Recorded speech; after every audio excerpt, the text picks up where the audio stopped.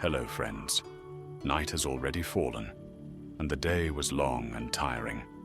And now, it is time to rest. As always, I will tell you a kind legend that once took place in our beloved Middle-earth. So, settle in comfortably, gently close your eyes, and let our journey begin.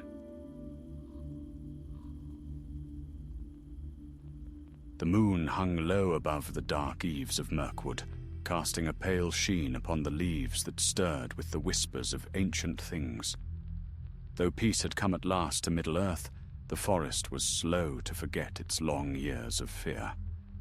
Many shadows still clung to the deep places, and not all creatures that crept beneath the boughs were born of light.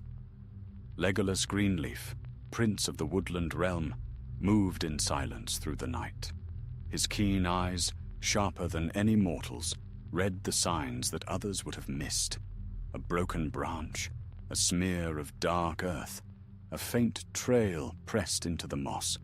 He walked with the grace of one long acquainted with danger, his hand resting lightly upon the hilt of his white-handled knife. It had been 3 nights since a rider from the woodmen's settlement of Roscobel came to Thranduil's halls, speaking of a terror that stalked their borders. Cattle vanished in the night. The ground shook with heavy steps, and once, only once, a villager had glimpsed the creature by torchlight. The tale was told in trembling voice, a figure taller than 2 men, its skin the color of stone, its breath foul with decay. A cave troll. Few such beasts still wandered Middle-earth after Sauron's fall, but not all his creatures had perished. Some had fled the ruins of Dol Guldur, where dark enchantments once bred them in secret. Legolas had fought many fell things in his time, orcs, wargs, even the servants of the Nine, yet he knew that a cave troll was no common foe. And so he had come south with a small band of scouts, leaving the green halls behind to seek this lurking menace. His purpose was clear: to hunt it, and to end its reign of terror before it reached the heart of the forest. The night air was cool and still. Legolas paused upon a ridge overlooking a narrow glade where moonlight spilled through the trees. His companion, Tatar, a tall elf of the Sylvan kindred, crouched beside him, studying the ground. "There," Tatar whispered, pointing to a patch of disturbed earth. "Tracks. Heavy, wide set. It passed not long ago." Legolas knelt, his hand brushing lightly over the prints. "Aye, it moves by night, keeping to the shadows. See how the moss is crushed here, but not dried. The weight is great, yet its gait is uneven." Tatar frowned. "Injured?" "Perhaps," Legolas murmured, "or burdened. Trolls are not cunning hunters. If it bears something, or drags prey, it slows itself." He rose, eyes glinting faintly in the moonlight. "We follow." They moved like ghosts through the wood, their steps making no sound upon the fallen leaves. Above them, the canopy whispered in the breeze, as though the trees themselves warned of peril ahead. The air grew colder, and the scent of decay crept upon them, faint but unmistakable. Soon they came to the ruins of an old outpost, built long ago by Thranduil's patrols to guard the southern borders. The gate lay splintered, the walls half sunken into the earth. Moss grew thick upon the stones, and the air was heavy with silence. Legolas entered first, his bow drawn, the string taut. Within the courtyard lay signs of violence: broken arrows, dark stains upon the ground, the remains of a fire long cold. "Valar protect them," Tatar said softly. "These were our kin." Legolas's gaze swept over the ruins. He found a crushed helm, the insignia of the woodland guard. Nearby lay a spear, its shaft broken clean. The tracks of the troll were everywhere. Deep, round impressions that led from the wall toward the dark of the trees beyond. It struck swiftly, Legolas said. There was no time to flee. He turned his face toward the forest's edge, and it took something with it. Tatar looked up sharply. You are certain? Legolas nodded. Look, drag marks. Something heavy. A body, perhaps. But not dead when it was taken. The two elves exchanged grim looks. Trolls were cruel things. Some killed for sport, others kept prey alive to torment. Without another word, they pressed on. As they followed the trail deeper into the wild, the moon sank lower and the forest thickened. Strange sounds stirred in the undergrowth, scuttling, whispering, the faint hiss of unseen creatures.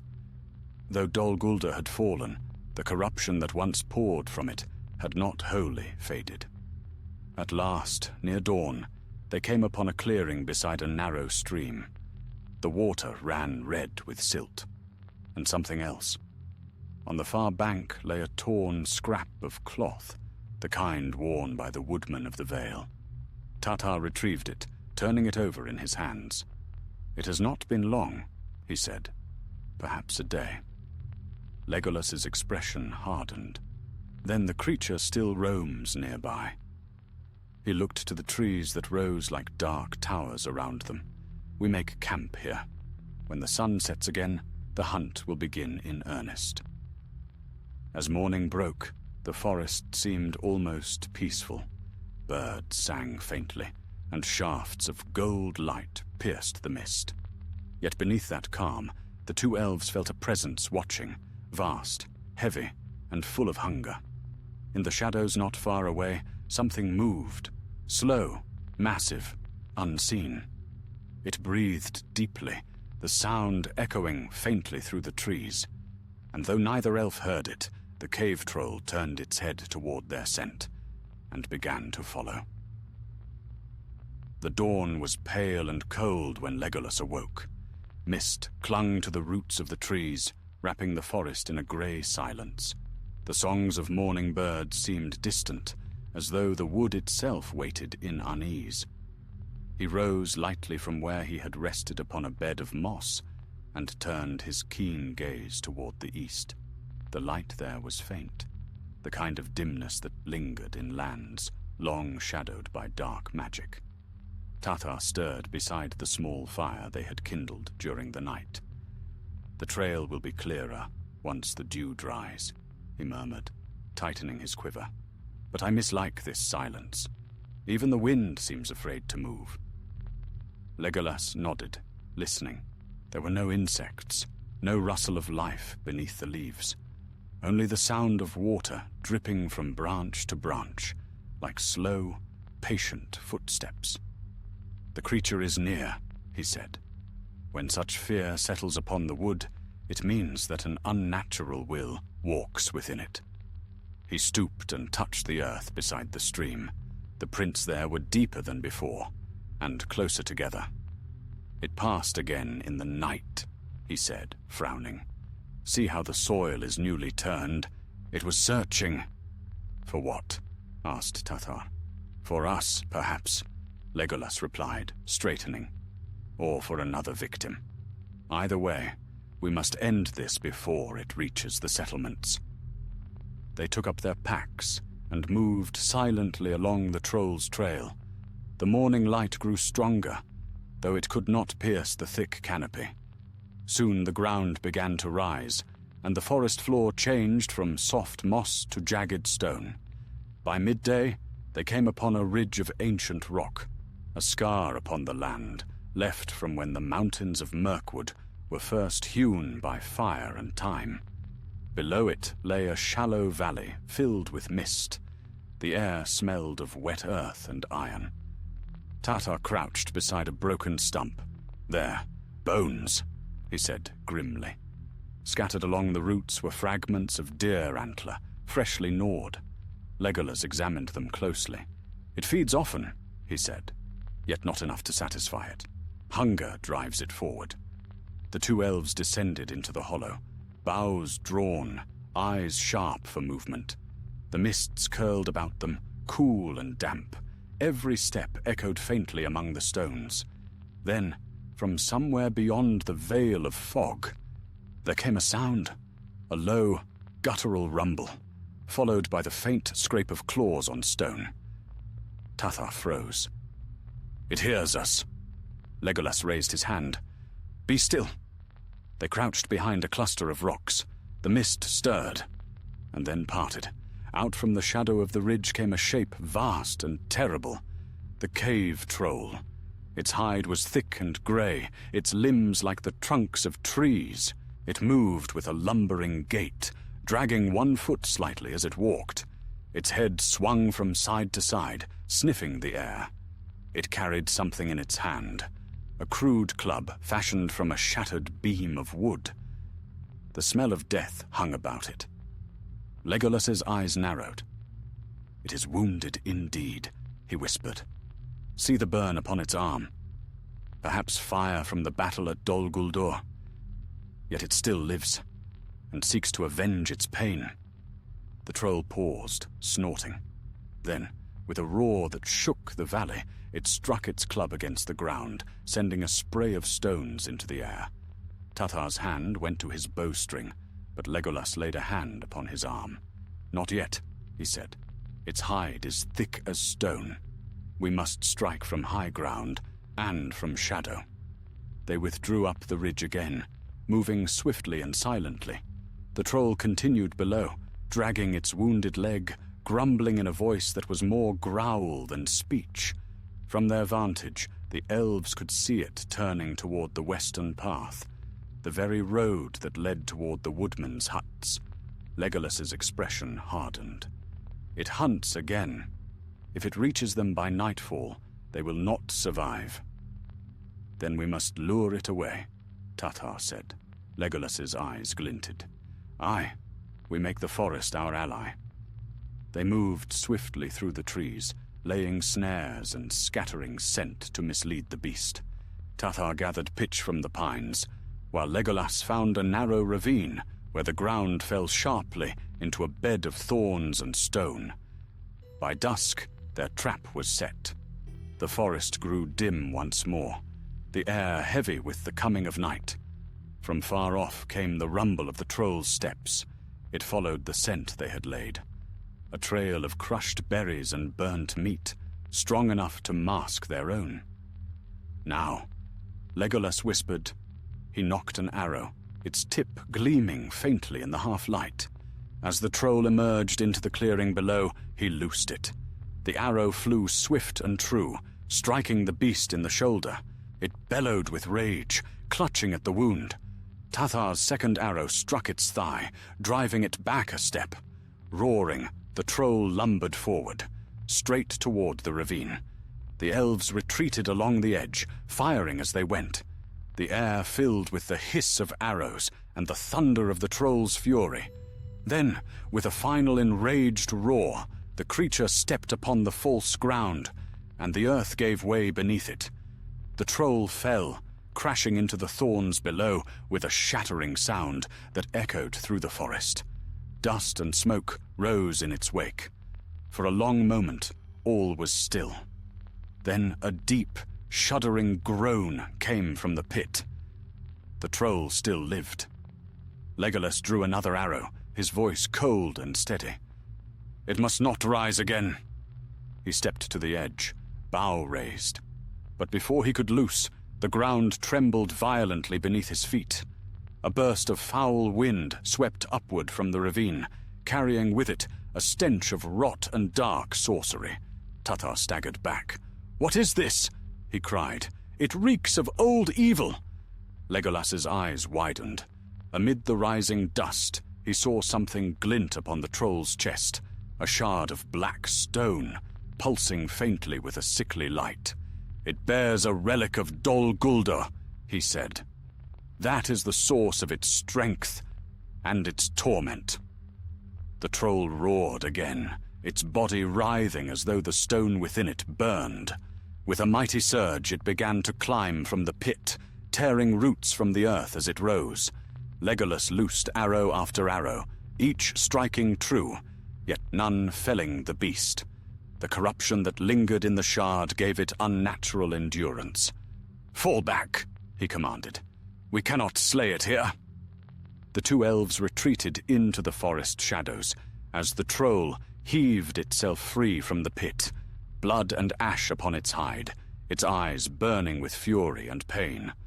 The hunt had begun anew, and this time it was no longer a simple beast they faced, but a creature enslaved by the last echoes of Sauron's dark will. And somewhere deep in the forest, the black stone pulsed brighter, as though answering a call that none yet understood. Night fell over Mirkwood like a shroud. The stars were veiled by cloud, and the trees loomed tall and close, their trunks black as iron. The forest, which had for a brief age begun to heal, now seemed to breathe again with the old darkness.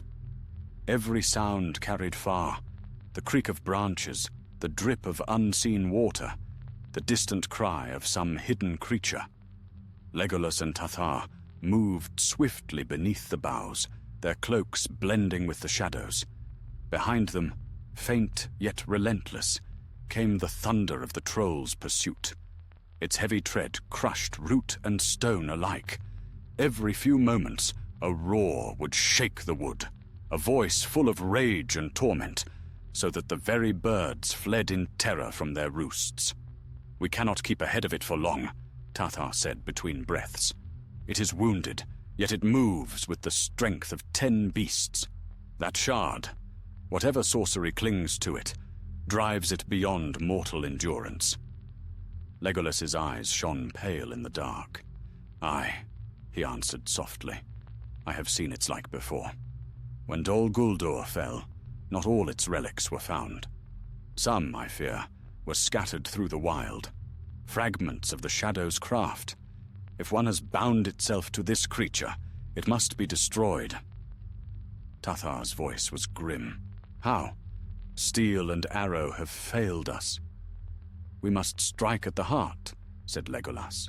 "Not its flesh, but the evil that sustains it. We shall need fire and light, for darkness cannot abide them." They pressed on, descending toward a low glen where an old stream wound through the roots of ancient oaks. The water glimmered faintly with starlight, and the air there was less foul. "This place I know," said Tathar. "Once, long ago, the guards of Thranduil kept a watch here.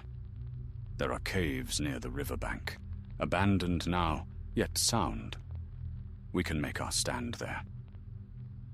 They reached the caves as the moon rose pale and cold behind the clouds. The entrance was half hidden by ivy and stone.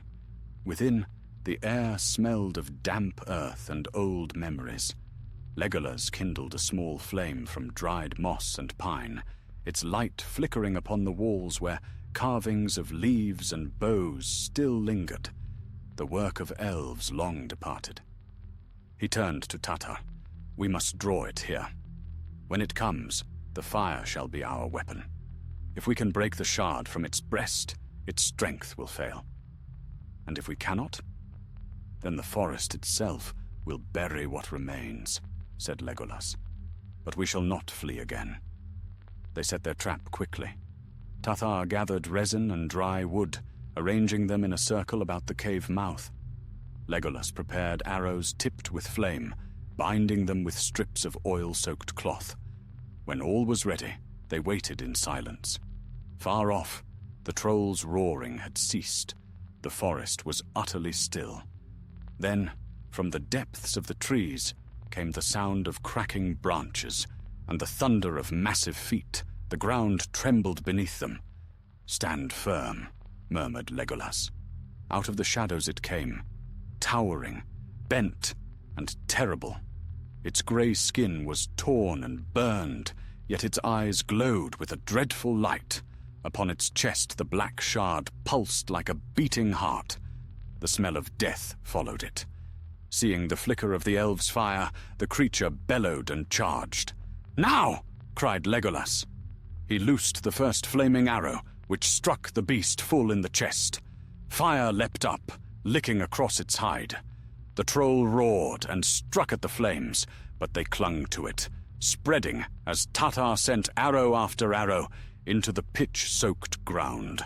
The resin caught, and in a breath the whole glen blazed with light. The creature stumbled, blinded by fire. For the first time, Legolas saw fear in its eyes. Yet the shard upon its breast glowed fiercer still, and a black wind rose around it, snuffing at the flames as though some unseen will sought to save it. The light wavered. The fire bent backward upon itself, and the cave mouth darkened. Out of that darkness came a voice, not the troll's, but a whisper, deep and cold, speaking in a tongue older than the forest. Tatar stepped back, his face pale. "It speaks, Legolas. Do you hear it?" "I hear," said the elf, and his voice was hard as steel. "It is the remnant of the necromancer's craft, his malice bound in stone. It seeks to bind another will, as once it bound many." He drew forth a dagger of Galadrim make, its blade bright as morning light. "No more." The troll lunged forward, sweeping its club in a deadly arc. Legolas leapt aside, swift as a shadow, the blow striking the cave wall with a sound like thunder. Rocks split and fell, shaking the ground. Tatar darted behind the creature, firing arrow after arrow into its back. The shaft sank deep, yet still it fought on, roaring in pain and madness. Then Legolas saw his chance. With a cry, he sprang upon the creature's arm, running along its length with the speed of an elf. His knife flashed once, twice, and he struck at the shard. The blade met it with a ringing note like struck iron. For a heartbeat, the stone resisted. Then it cracked, a spiderweb of light bursting from its heart. A scream tore from the troll's throat, not of rage, but of agony and release. Its limbs faltered. The club fell from its grasp. The black wind howled once more, then was gone, swept away like smoke before the dawn. The creature staggered, clutching at the shattered shard. Then, with a final shudder, it fell forward into the fire. Flames leapt high, and when they faded, nothing remained but ash and stone. Legolas stood motionless, breathing hard. Tatar came to his side, his face lit by the dying fire. "Is it done?" he asked. Legolas knelt beside the ashes. Among them lay the shard, now dull and lifeless, cracked through its center. He wrapped it in a piece of cloth and placed it within his pouch. "It is done," he said quietly. "The evil is broken, though not destroyed. Such things cannot be wholly unmade by our hands. It must be carried to a place of cleansing, the river or the sea." Tatar gazed into the fire's embers. "Then our task is not yet ended." "No," said Legolas, "but the forest breathes again." Indeed, as they listened, they could hear the first faint stirrings of life, the rustle of leaves, the distant call of an owl, the whisper of wind through the branches. The air felt lighter, the stench of decay fading into the night. Tatar smiled wearily. It seems the old shadows grow weaker at last. Legolas looked up through the trees, where the clouds had parted and the stars shone bright. "For now," he said softly. "But darkness is patient. It sleeps when it must." He turned toward the river, the dull shard hidden close to his heart. "Come, my friend. The hunt is ended, but our road leads onward. The waters of the Anduin will cleanse what fire cannot." And so they left the glen behind, the fire dying slowly in their wake, while above them the first pale light of dawn touched the crowns of Mirkwood's trees, gilding them with gold. Yet though the troll was slain, neither elf spoke as they went, for in their hearts they knew that shadows do not die so easily, and that somewhere beyond the mountains, the echo of that dark whisper might yet be waiting. Morning spread its pale gold across the forest, and for the first time in many days, the air seemed clean. Shafts of light pierced the canopy, and mist curled from the earth like smoke after battle. Birds returned hesitantly to the branches, singing soft, uncertain notes. Yet though the forest seemed to breathe again, Legolas felt no peace. He walked silently beside the river's edge, the dull weight of the broken shard resting within his cloak. Behind him came Tatar, weary but alert, his bow slung across his back. "It is strange," he said. "The troll is gone, yet I feel as though some part of its darkness follows us still." Legolas gave a slow nod. "Evil leaves traces, even when its vessel perishes. This shard was not made by mortal hands, Tatar. It carries the memory of its master." They paused where the river bent sharply between two hills. The water ran swift and clear, gleaming like liquid crystal beneath the sunlight. Here the forest thinned, and the scent of pine filled the air. Legolas knelt beside the stream, drawing out the wrapped bundle. The cloth was stained faintly with soot and ash. When he unfolded it, the black shard lay dull and cracked, but now and again a faint pulse of light shivered across its surface, like breath through dying coals. Tatar's face tightened. "It still lives." "For a while," said Legolas, "but not for long.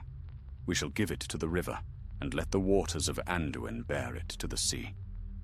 None of the Shadow's works can endure in that great cleansing." He stood and cast the shard far out into the current. It struck the surface with a soft splash and vanished into the depths. For a moment, the water darkened, as if ink spread beneath it. But then the current swept clean once more, glittering beneath the morning light. Both elves stood in silence. A gentle wind rose, carrying the scent of wet earth and green leaves. The forest exhaled, and the stillness broke. "It is done," Tatar said at last. Legolas's gaze lingered on the river. "Aye, yet even small evils leave echoes. The shard may be gone, but I fear what it touched may linger in the hearts of creatures who wander these woods." He turned, eyes drawn to the horizon, where the land stretched westward, vast and dim. The faint line of the misty mountains shimmered in the distance, veiled in haze. "Come," he said. "We shall return to Thranduil's halls. The forest has need of its guardians, and the king must know what has passed here." They set out northward, following old paths known only to the elves of the woodland realm. The days passed swiftly beneath the golden canopy. The scars left by war still marked the land, fallen towers, scorched roots, empty glades, but the trees had begun to heal, whispering once again in tongues older than any mortal speech. On the third evening, as the light faded into dusk, they came upon a small encampment near the edge of a hollow. Smoke rose from a cook fire, and voices murmured low. "The woodmen," said Tatar softly. "The folk of Rosgobel. They have come south again." Legolas approached the clearing. A handful of men and women sat about the fire, their faces lean but resolute. When they saw the two elves, they rose at once, their fear turning quickly to hope. "My lord Legolas!" cried one, a tall man with a scar across his cheek. "Word came that you had gone into the forest to seek the beast. We feared the worst." "The troll is no more," Legolas said. "Its lair lies in ashes, and no shadow will trouble these woods from that creature again." A murmur of relief passed through the gathered folk. A woman bowed her head, tears glinting in her eyes. "You have saved us. Our children may sleep again without fear." Legolas inclined his head gently. "The forest itself fought beside us. Its roots remember every wound it has suffered, and it yearns for peace no less than we." The woodmen invited the elves to rest by their fire, and though Legolas rarely lingered among mortals, he accepted. That night he sat in silence, listening to the soft talk of men and the crackle of flame. The stars shone faintly above, mirrored in the surface of his calm gaze.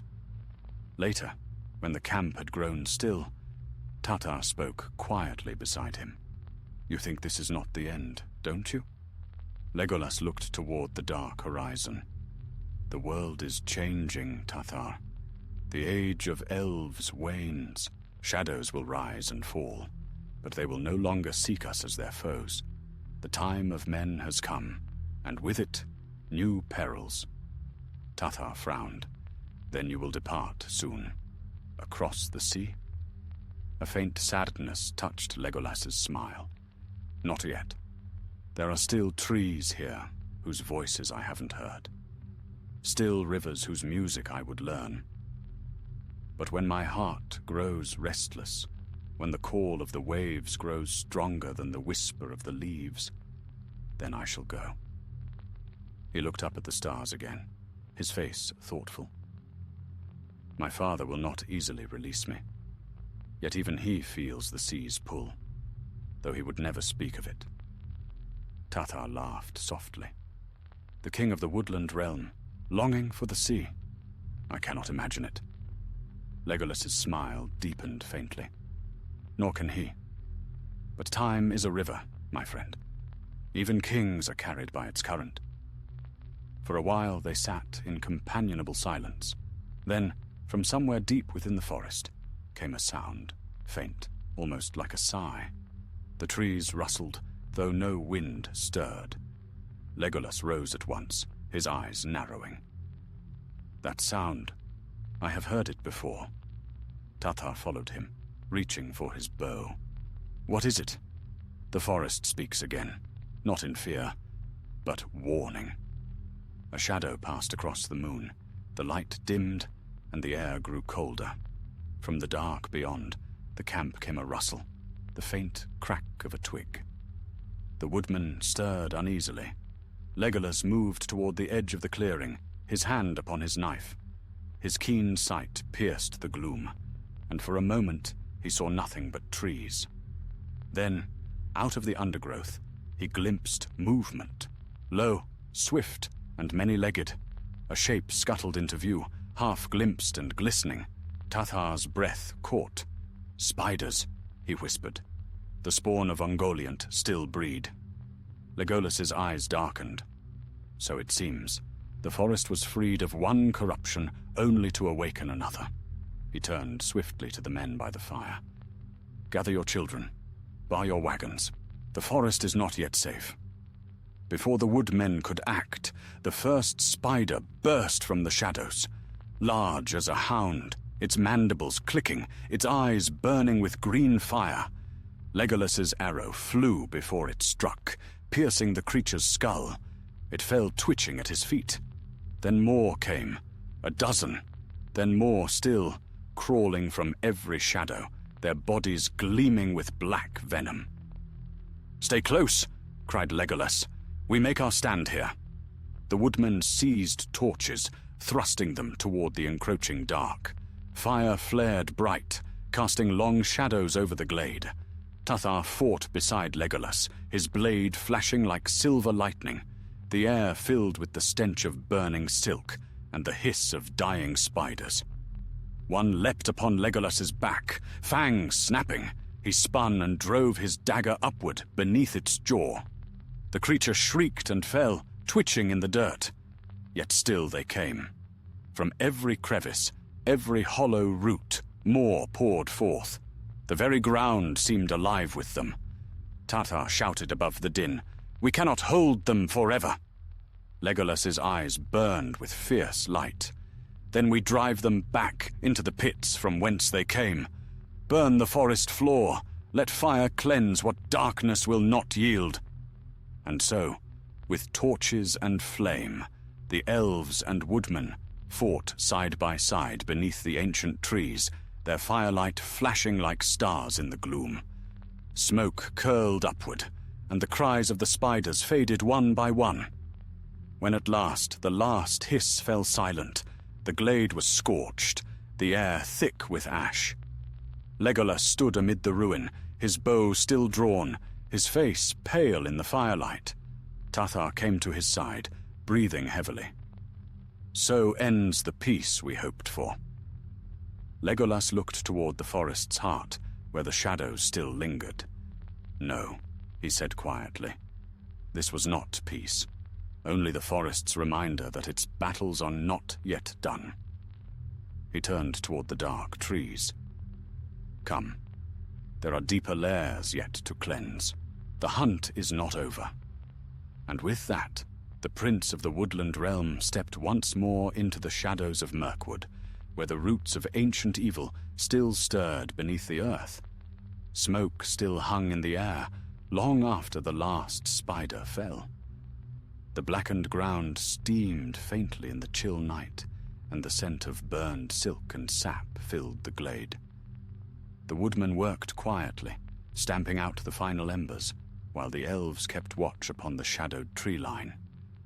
The firelight flickered upon Legolas's face, pale and calm, though his eyes burned with a restless fire. "See to your wounded," he told the men. "Bind their hurts well, and leave this place before dawn. The forest is stirring again, and I would not have you here when its anger wakens fully." The leader of the woodmen, Beorhil, the scarred man who had spoken before, bowed low. "We will obey, my lord. You have saved us twice now, and we owe you more than we can repay." "Then repay me thus," said Legolas. "Guard your borders and speak kindly to the trees. They remember those who show them respect. Do not take more from them than you must." Beorhil nodded solemnly. "We will remember." When the woodmen withdrew into the shadows, taking their dead and wounded with them, Legolas turned to Tathar. His companion's blade was dark with ichor, his fair hair streaked with soot. Yet he smiled faintly. "It seems we have traded one hunt for another." Legolas's gaze drifted toward the forest's heart. Aye, the darkness that bred these creatures was not slain with their queen. I had thought the fall of Dol Guldur would bring an end to their spawn, but they have found new tunnels, new pits to breed their poison. Tathar wiped his blade clean upon a fallen leaf. Then we shall cleanse them again. The king will send aid once he hears of this. But Legolas shook his head. No, this is not a task for many. If we march with torches and banners, the spiders will scatter into the deep roots, and the forest will burn before we reach them. We must move as hunters, silent and swift. He looked to the east, where the trees grew darker and older than the rest, a tangle of black trunks and webs that glimmered faintly in the starlight.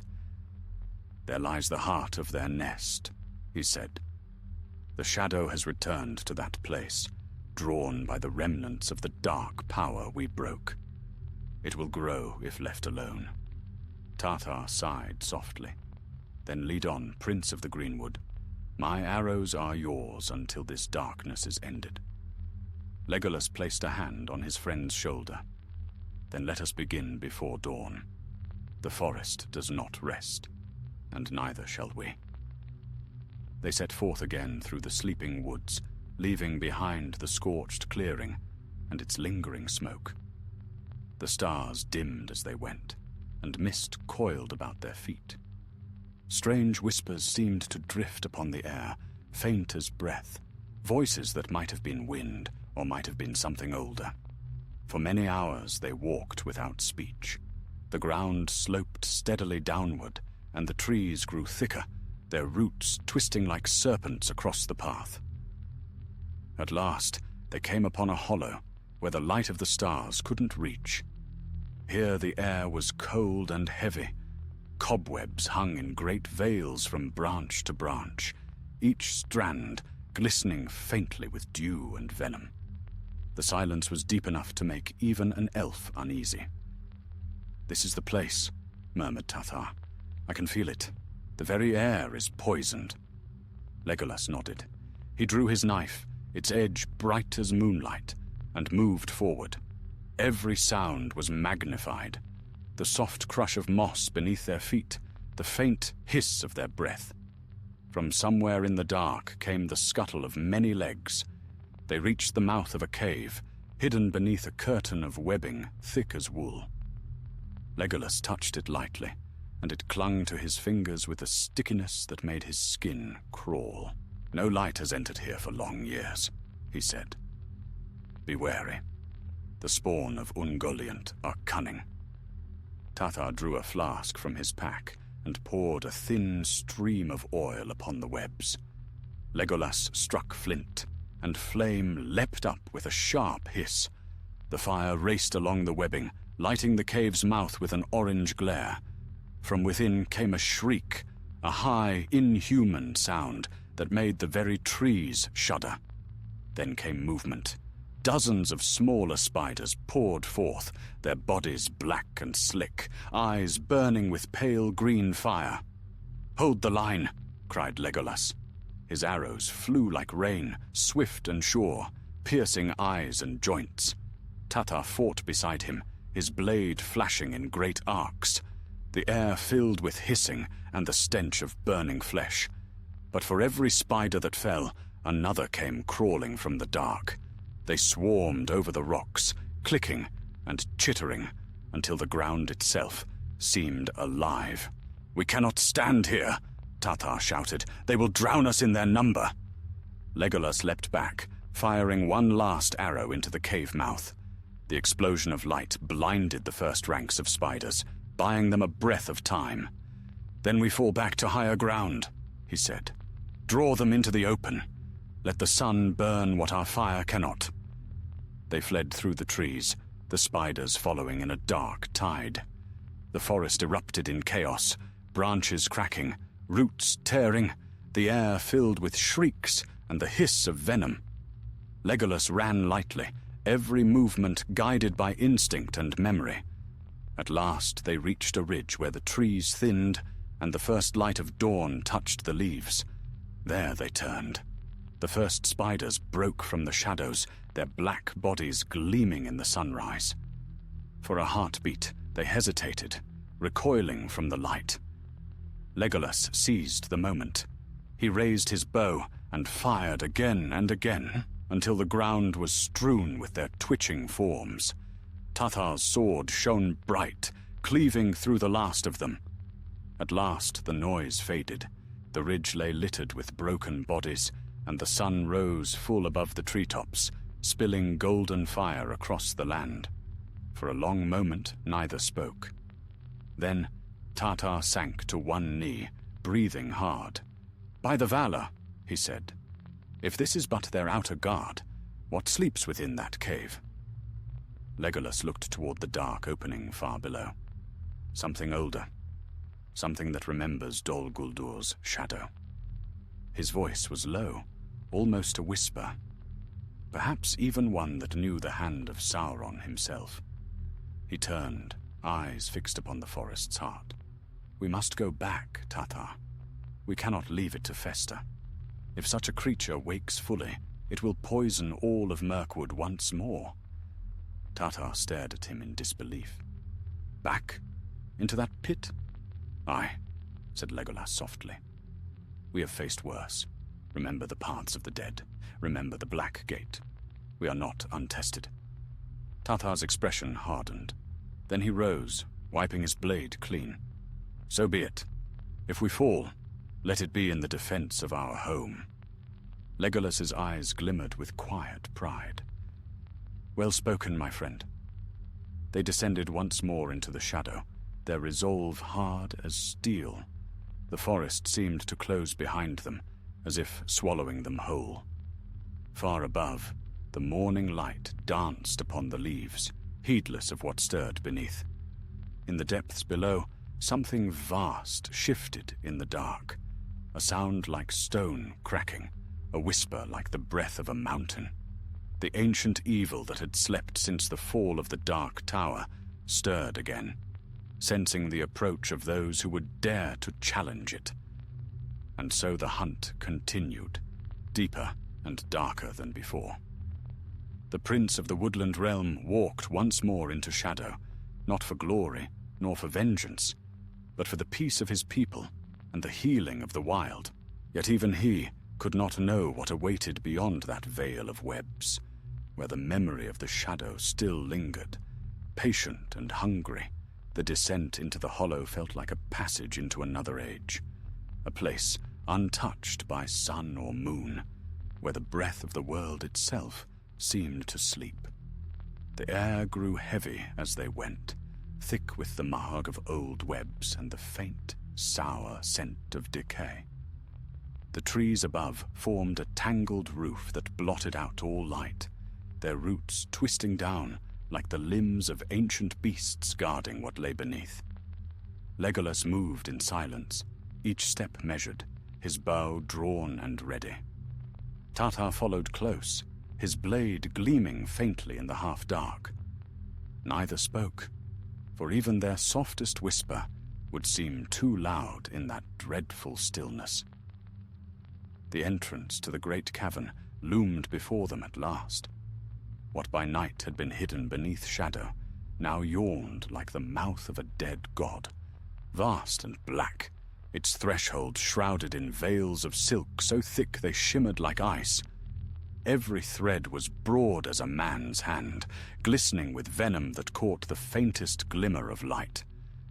Legolas paused, listening.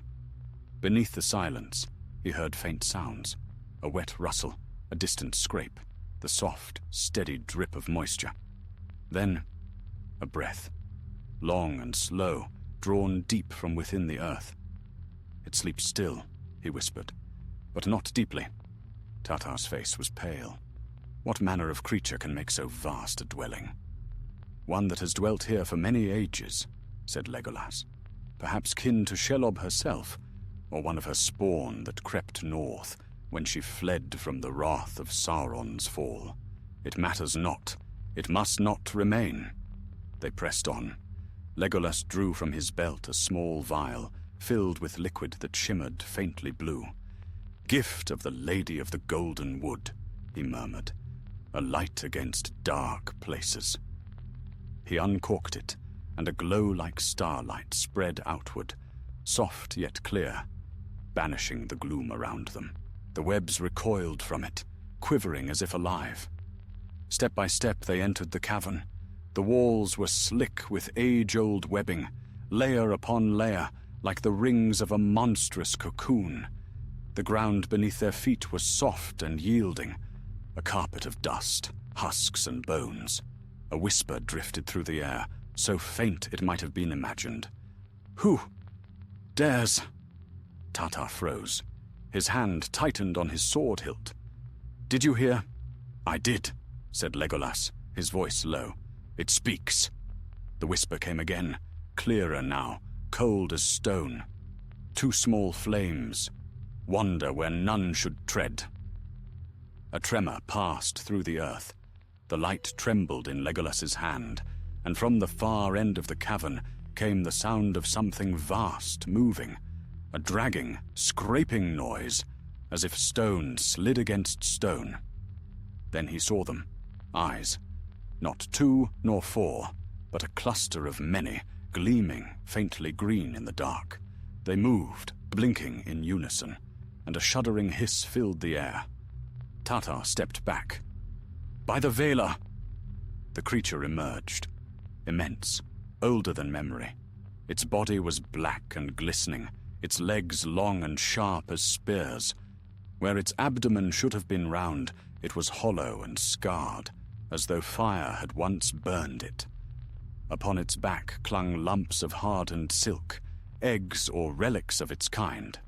Its voice came not from its mouth, but from deep within its chest, echoing through the cavern like wind through a tomb.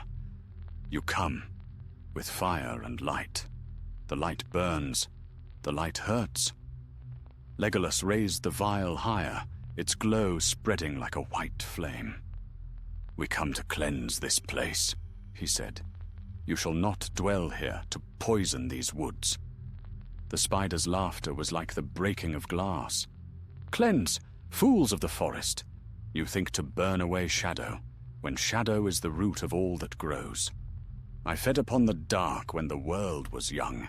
I drank the black blood of the earth before your kind had words." With a sudden motion, it lunged. Its forelegs struck the ground where the elves had stood, gouging deep furrows in the stone. Legolas and Tatar leapt aside, rolling across the bones and debris. Tatar's blade flashed, severing one leg cleanly at the joint. The creature shrieked, the sound making the very walls quake. Venom sprayed across the ground, hissing where it fell. Legolas rose swiftly, drawing his bow. His first arrow struck one of the creature's eyes, his second pierced another. It reared back, thrashing wildly, but the webbing on the walls stirred as if alive, and from the ceiling above dropped smaller shapes. The brood, crawling forth to defend their queen. The cavern filled with a chaos of motion. "Hold the light high!" cried Tatar. Legolas thrust the vial into a niche of rock, where its glow filled the chamber. The brood shrieked and writhed, retreating from the brilliance. Yet the queen did not falter.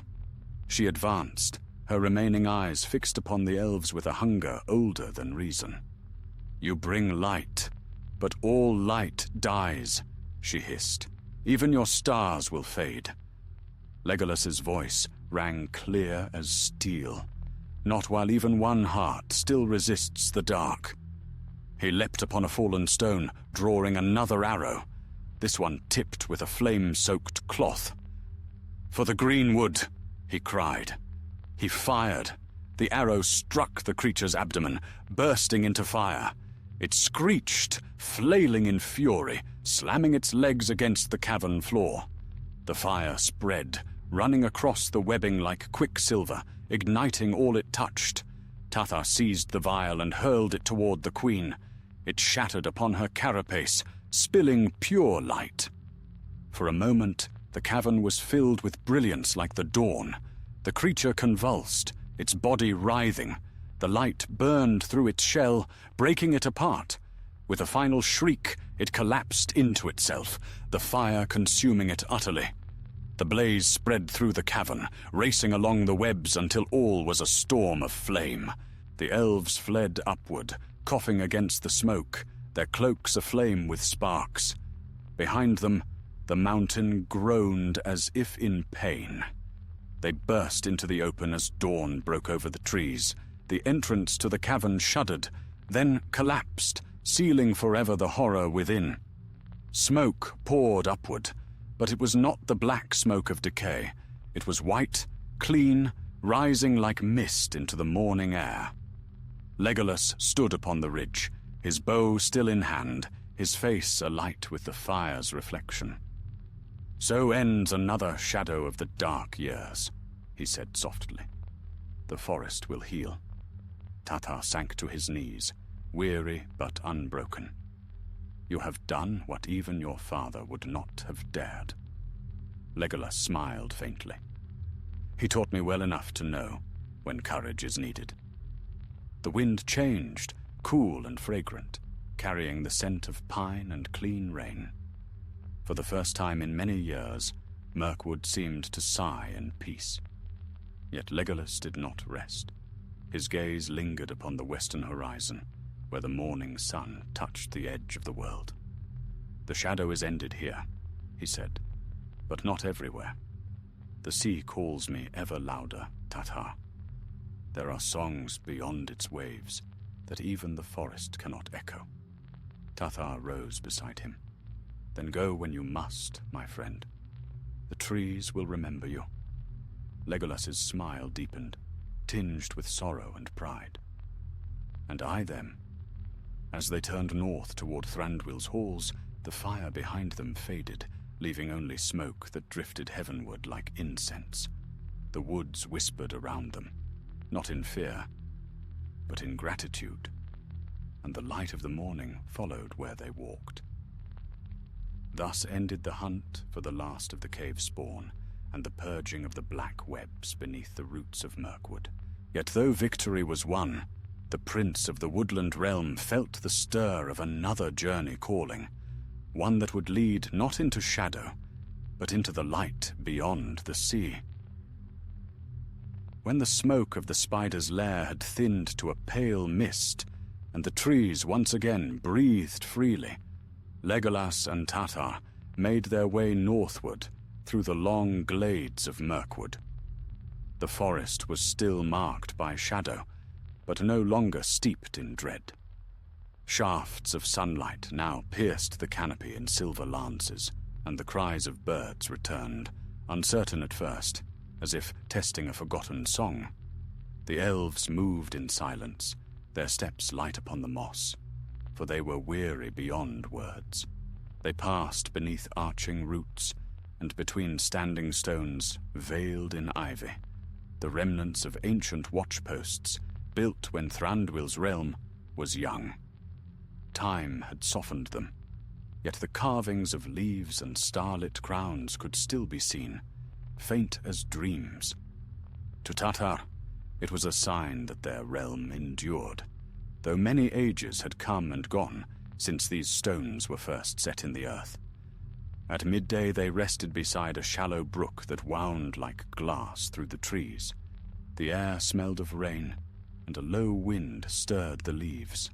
Tatar knelt and drank deeply, then looked to his companion. "Your mind is elsewhere, my prince. You have been silent since we left the cavern. Is it grief that holds you, or thought?" Legolas gazed upon the running water, his reflection rippling in its surface. "Not grief," he said softly. "Reflection, perhaps, and memory. I think upon all that has passed since the world began to change." "The War of the Ring?" asked Tatar. "That, and all that followed," said Legolas. "Once I walked with the Fellowship beneath strange stars, and the world seemed vast and perilous. Now I walk my own woods, and find the same peril still rooted in its soil. Evil does not die as men believe. It lingers, seeking new forms." He looked up then, his eyes bright as morning dew, "And yet I am weary of war. There must be a place where swords may sleep, and songs may rise again." Tatar smiled faintly. "Perhaps that place lies across the sea you so often speak of." Legolas did not answer. Instead, he rose and looked toward the north, where the forest grew lighter, and the faint shimmer of Thranduil's realm glowed like a memory of starlight. "Come," he said. "My father awaits news of what we have done." They traveled swiftly, the days passing in quiet peace. Once they came upon a clearing where deer grazed unafraid, and the sight gladdened Legolas's heart. Once more, he felt the pulse of life within the wood, strong and clean. Yet beneath that peace lay a whisper, faint but unyielding, that his part in Middle-earth was drawing to a close.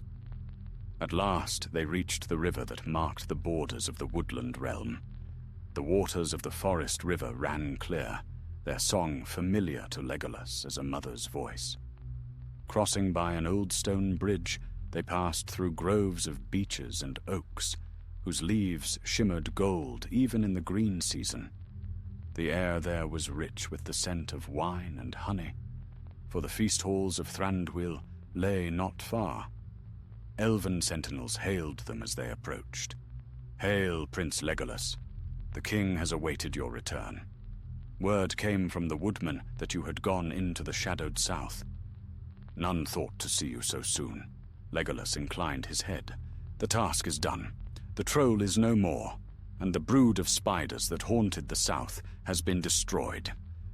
A murmur of awe passed among the guards. They led the prince and his companion through long tunnels carved into the roots of the hill. Soft lamps burned along the walls, their light golden as fireflies, and music drifted faintly through the stone halls, the sound of harps, mournful yet fair.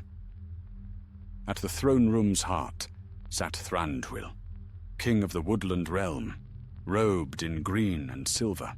His crown was woven of beech leaves and berries, and though his face was calm, his eyes were keen and proud. When Legolas entered, the king rose, descending from the dais with grace that spoke of long ages of rule.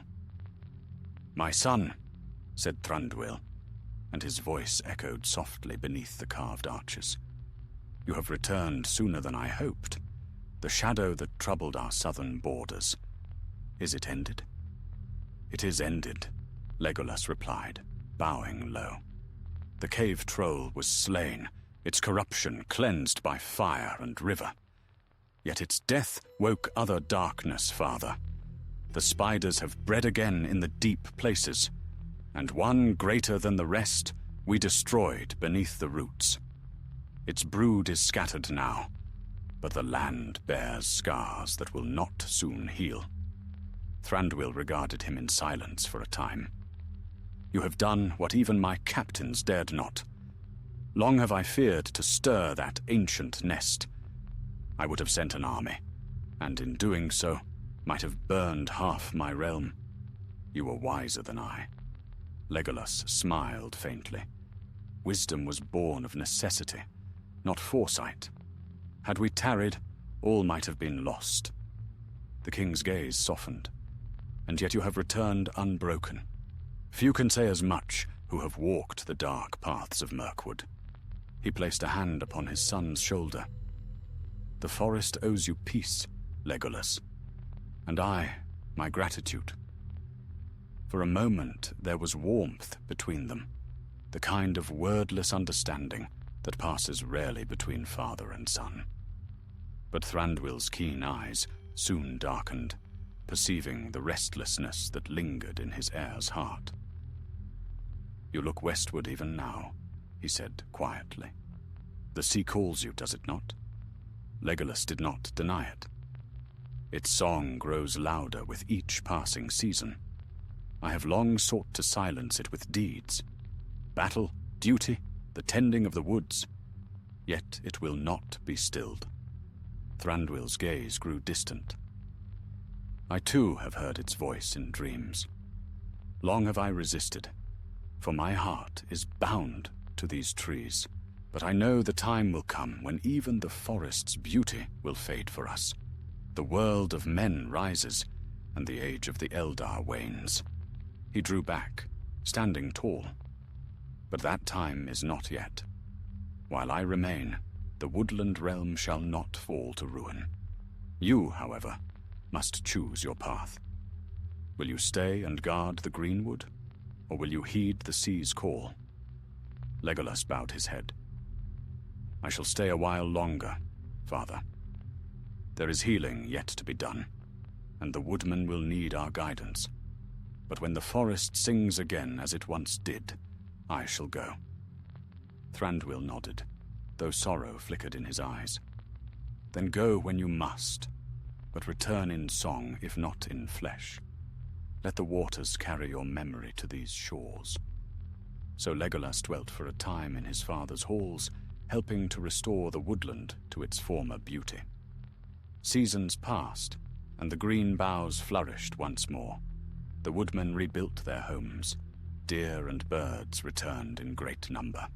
Mirkwood, though scarred, began to live again.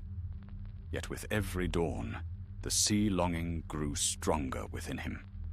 Sometimes he would stand upon the high terraces, listening to the whisper of the wind through the leaves, and in that murmur he heard the echo of waves breaking upon unseen shores. One evening, as twilight deepened and the stars awoke, Tata found him there, silent beneath the trees. "You will go soon," said the elf softly. Legolas turned, his eyes bright beneath the starlight. "Yes. The forest no longer needs me as it did. Its wounds are healing, and my heart, it yearns elsewhere." Tata smiled, though his voice trembled. "Then I shall watch for your ship when I too hear the call." They clasped forearms in farewell, warrior to warrior, friend to friend. "Until the world's ending," said Legolas. "Until the world's ending," Tata replied. And so the prince of the woodland realm turned his face west toward the lands beyond the misty mountains and the whispering sea that waited beyond them. Though his path would yet carry him through many years and deeds, the forests of Middle-earth would remember him as the green leaf that brought light where darkness had dwelt, the last of the elven hunters, whose bow sang in the shadowed woods until the dawn of the world's new age. In the years that followed the cleansing of Mirkwood, the forest grew in strength and beauty once more. The great trees stretched their boughs toward the sun, their leaves bright as emerald fire beneath the dawn. Deer returned to the glades, birds to their nests, and the river sang again of clear waters and long-forgotten peace. The land that had been shadowed for an age now breathed as a living thing, free from the fetters of darkness. Yet for all the forest's healing, Legolas Greenleaf found little rest within its borders. He walked often among the high branches, his keen eyes turned westward. The sea's song called to him, faint yet unyielding, a melody older than the stars. It haunted his dreams and echoed in the wind that passed through the golden leaves. Though he smiled among his people and labored to mend the scars of war, his heart stirred restlessly toward distant shores. One morning, as light broke upon the green realm, a messenger came swiftly through the woods, a man of the woodmen, breathless and pale. He was brought before Legolas in the open court of Thranduil's halls, where sunlight filtered through carved pillars of oak. "My lord," the man said, bowing low, "forgive the intrusion, but dark tidings come from the western vales. Something moves beneath the hills near the old road, a creature that shuns the light. It has slain livestock, broken fences, and men whisper it is no beast of this world." Legolas regarded him quietly. "How long has this been so?" "Since the last new moon, my lord. We thought it but wolves at first, but there are no tracks such as theirs, only deep prints, wide and heavy. And in the night we hear it breathing near the fences." One man swore he saw eyes, red as coals in the dark. Tathar, who stood beside the prince, frowned. Could it be another troll, risen from the mountains? Legolas shook his head. No troll lingers this far west without cause. But something foul may have crawled from the old tunnels of Dol Guldur, seeking new ground. He turned to the messenger. "You have done well to come. Return to your people. Keep watch, but light no great fires, nor wander by night. We shall come swiftly." When the man was gone, Tathar looked to his lord. "You would go yourself? After all that has been endured?" Legolas's eyes gleamed faintly. "If evil stirs once more, then yes. The forest will not suffer it to take root again. One shadow breeds another if left unchecked." Thranduil gave his consent without protest, though sorrow marked his features. "Go then, my son, but take few companions. The land grows weary of war. Move lightly, and let this be the last of such hunts in these woods." So it was that Legolas and Tathar set out once more, riding westward beyond the great trees and over the gentle downs that bordered the forest's edge. With them came 3 of the woodland guard, swift and silent hunters who knew every path of the greenwood.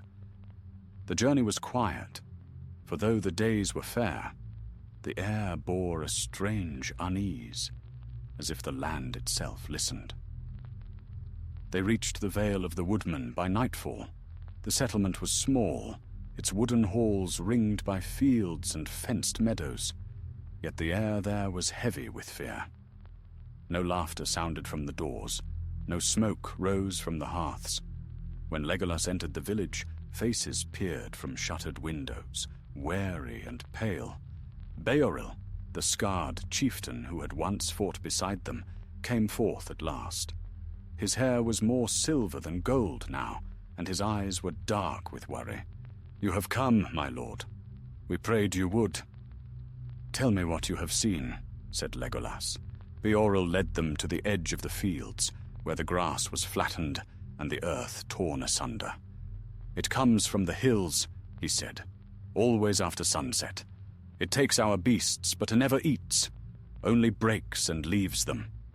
Last night, one of our hunters went to track it. He did not return." Legolas knelt beside one of the great prints that marred the ground. The shape was strange, not round like a troll's foot, nor clawed like that of a warg. The edges were rough, as though the creature's flesh itself was jagged. He touched the mark lightly, frowning. "This is no living thing as we know it," he said. "The ground bears no sign of weight between the steps. It walks as though it half floats." Tatar's face grew grim. "A wraith's servant, perhaps? Or something twisted by its remains," said Legolas. "When the shadow fell, not all its craft perished. Some remnants linger, feeding on what power they find."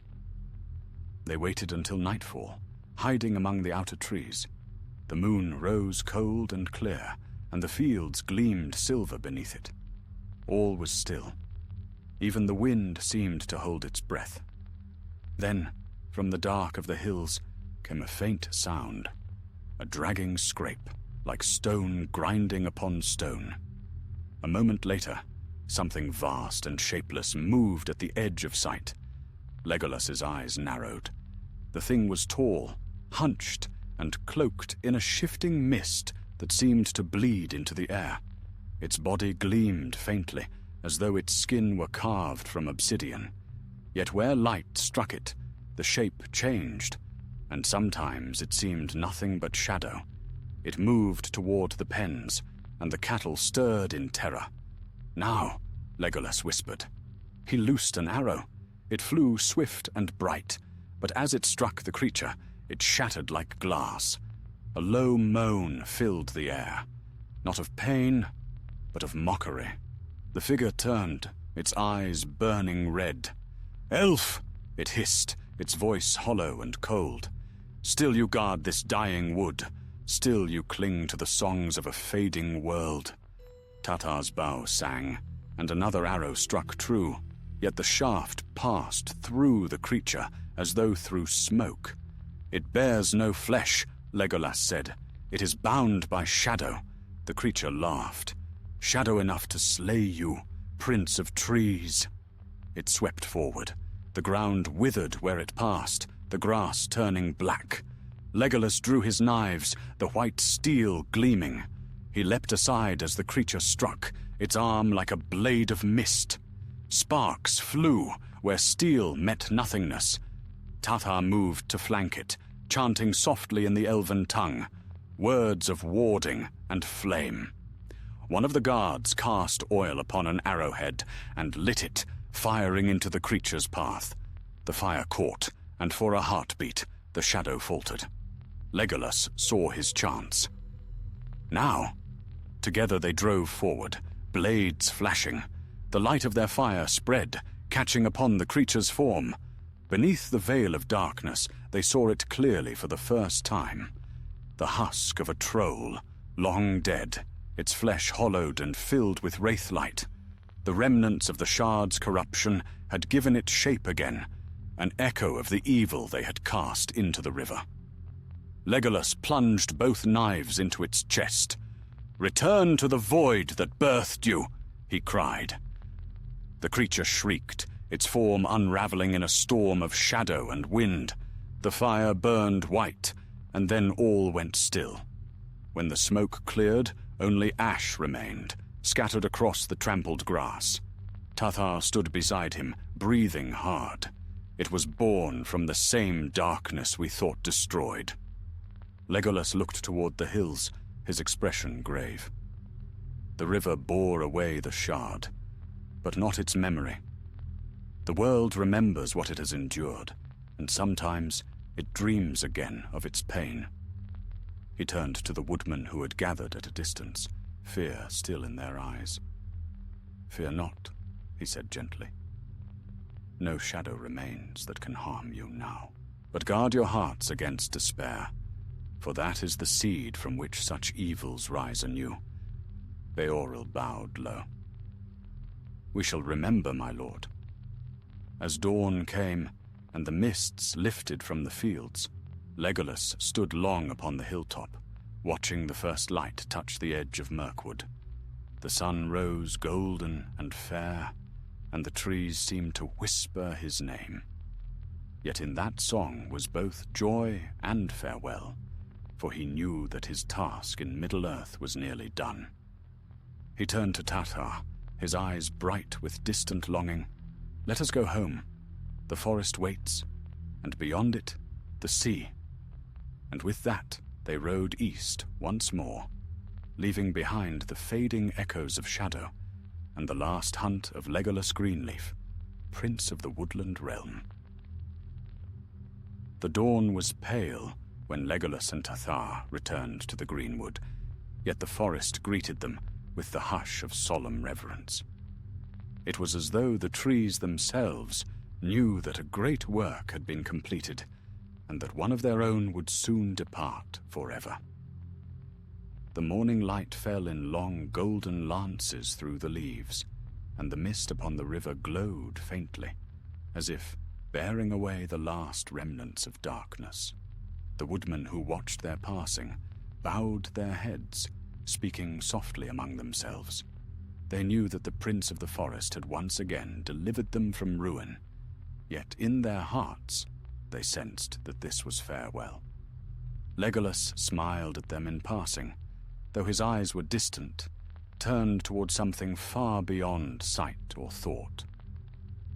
For many days, the two elves rode in silence through the deep woods. Each glade and stream carried memories of laughter long gone, of battles fought beneath blackened boughs, of songs sung beside flickering fires. The forest had been his home through all the long years of the Third Age, yet now its voice had changed for him. The whispers of leaves sounded like the murmur of waves upon a hidden shore. On the third night they came to the edge of Erin Lasgarlan, the Greenwood as it was now named, and there the stars shone clear. The great hall of Thranduil lay ahead, its windows bright with the light of feasting, for word of their return had run before them. But Legolas did not go within. Instead, he stood upon the hill above the gates, gazing westward, where the horizon faded into mist. Tatar came beside him, his cloak stirring in the wind. "You will not enter?" he asked. "Not yet," said Legolas softly. "I have walked beneath these trees all my life. Tonight I would stand apart and listen, one last time." They stood together for a long while, hearing the distant murmur of the forest's heart, the rustle of leaves, the soft call of owls, the faint trickle of hidden streams. It was a song of life, renewed, of peace, hard won. Yet woven through it, Legolas heard another song, older and deeper, the sigh of the sea. At last he turned to his companion. "The world has changed, Tatar. The days of the Eldar are drawing to an end. Even now, beyond the western seas, the straight road opens for those who would seek it. I feel it calling, as a river calls to the rain that birthed it." Tathar's gaze was steady, though his voice was heavy. "Then you will go soon." "Aye," said Legolas. "My heart is no longer wholly in this land. Yet I will not depart in haste.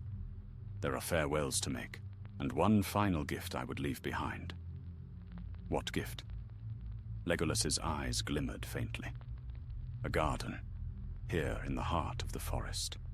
A place where the memory of the firstborn shall endure, even when our kind has passed.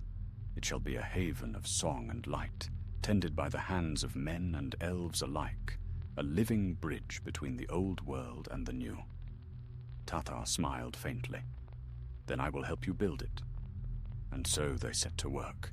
For many weeks they labored beside the swift-running river that wound through the southern vale. There they planted trees of silver bark and golden leaf, saplings taken from the gardens of Lothlorien, which Galadriel herself had blessed before her departure. They carved paths of white stone that shone beneath the moon, and beneath the tallest oak they raised a pavilion of woven boughs, where songs might be sung in peace. When the work was done, the glade seemed to breathe with its own light. The air there was cool and fragrant, and even the stars seemed to burn more brightly above it.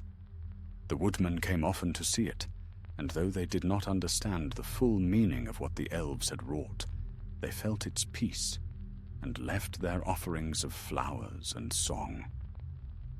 On the last evening of their labor, Legolas and Tathar stood together beside the river, watching the sunset burn through the branches.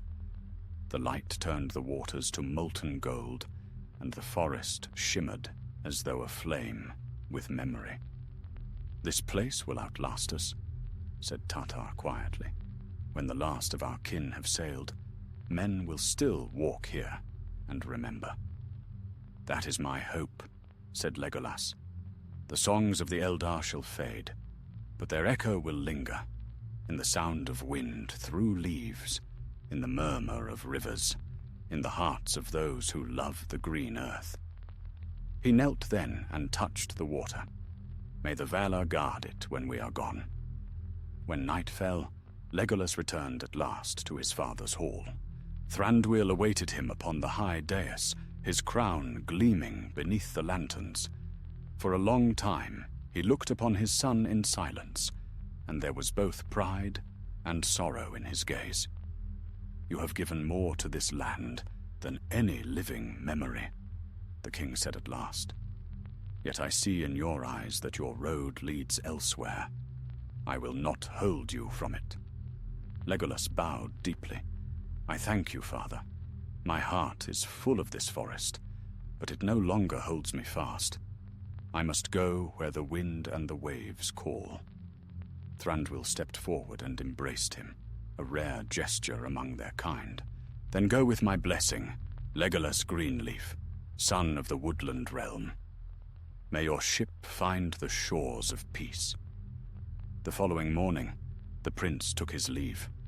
Word spread quickly through the forest, and many came to see him off, elves and woodmen alike. They gathered along the banks of the forest river as he rode forth, clad in green and silver, his bow upon his back, his golden hair shining like sunlight through leaves. Tathar rode beside him to the river's mouth, where the waters met the great Anduin. There they halted, and Legolas turned to his friend one final time. "Will you not come with me?" he asked. Tathar smiled, though tears glimmered in his eyes. "Not yet. My heart is still bound to these woods. But when the call reaches me, I will follow. And if I come too late, I will listen to the sea until it speaks your name." Legolas grasped his forearm in farewell. "Then may the stars guide you till that day." He turned his gaze westward, toward the long road that would lead him beyond the mountains, beyond the fading lands of Middle-earth. "The world grows bright again," he said softly. "Let it remain so." And so he departed, his ship yet to be built, but his purpose clear. In the years to come, the woodmen told tales of how the prince of the forest passed west beneath the dawn, and that the trees bowed their branches as he went. The glade he left behind became a place of quiet wonder, where the birds sang sweeter, and the wind carried the faint echo of harps unseen. Long after, when the age of men had fully come, some who wandered there swore they could still hear a voice like the rustle of leaves, light, fair, and full of sorrow, singing of far seas and the undying lands beyond the sunset. And thus ended the long vigil of Legolas Greenleaf in Middle-earth, hunter of the shadows and healer of the greenwood, whose name would linger like starlight in the forest long after the elves were gone. The road that Legolas took westward wound along the banks of the Anduin, through lands now quiet after long years of turmoil. Villages of men dotted the river's edge, small and steadfast, built from the ruin that war had left behind. The air was fair, touched by the scent of spring flowers and young wheat, yet there lingered in all things a melancholy peace. The stillness that follows after a storm too long endured. For many leagues Legolas rode, alone save for his horse and his thoughts. He passed through meadows bright with morning dew, and forests pale with birch and aspen. Often he would pause to listen, for in every whisper of the wind he thought he heard the echo of the sea's song, drawing him onward. Yet though he felt the pull of that far-off call, his heart was not wholly free of the land behind him. The greenwood still lived within his spirit. Each tree he passed seemed kin, each river a voice of farewell. In the evenings he made camp beneath the stars. He would kindle no great fire, but only a small flame for light, and there he would sit, gazing westward. The stars of Elbereth shone bright above, their light mirrored in his eyes.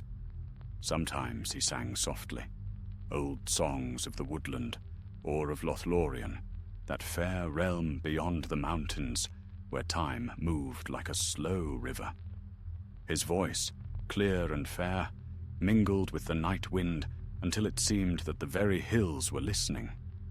On the fourth night, he reached the ford where the river celebrant met the Anduin, a place of quiet beauty, where willow and alder leaned close over the water. There he found traces of an old elven camp, smooth stones arranged in a circle, and faint carvings upon the trees, glimmering in the moonlight. He knelt and touched the marks, smiling faintly. "So they passed this way," he murmured. "The Galadrim, going to the havens. Their memory lingers still." He stayed there until dawn, when the first light touched the water and turned it to silver. Then he rose and continued southward. Days turned to weeks. The great river widened, flowing calm and deep between golden plains. At times he would meet travelers, traders, wanderers, or soldiers bound for the kingdoms of men. They would greet him with wonder, for few had seen an elf in those days. Some would bow, others would ask for a song or a blessing, and Legolas would grant both with gentle grace. Yet always he moved on, never lingering long, as though drawn by an unseen tide. One evening, as the sun sank red behind the western hills, he came upon a small settlement by the river. The people there greeted him with awe, for his presence seemed like light-made flesh. Their elder, a grey-haired woman named Eledwin, invited him to share their hearth. He accepted, though it was not his custom to rest long among men. Inside her hall, the air was warm and filled with the scent of bread and herbs. The children gathered close, staring wide-eyed as he spoke. He told them no great tales of war or kings, but simple stories of trees that sang to the stars, of rivers that remembered their birth, of the quiet beauty of growing things. When he finished, the hall was silent, and many there wept, though they knew not why. Eledwin looked upon him with deep wonder.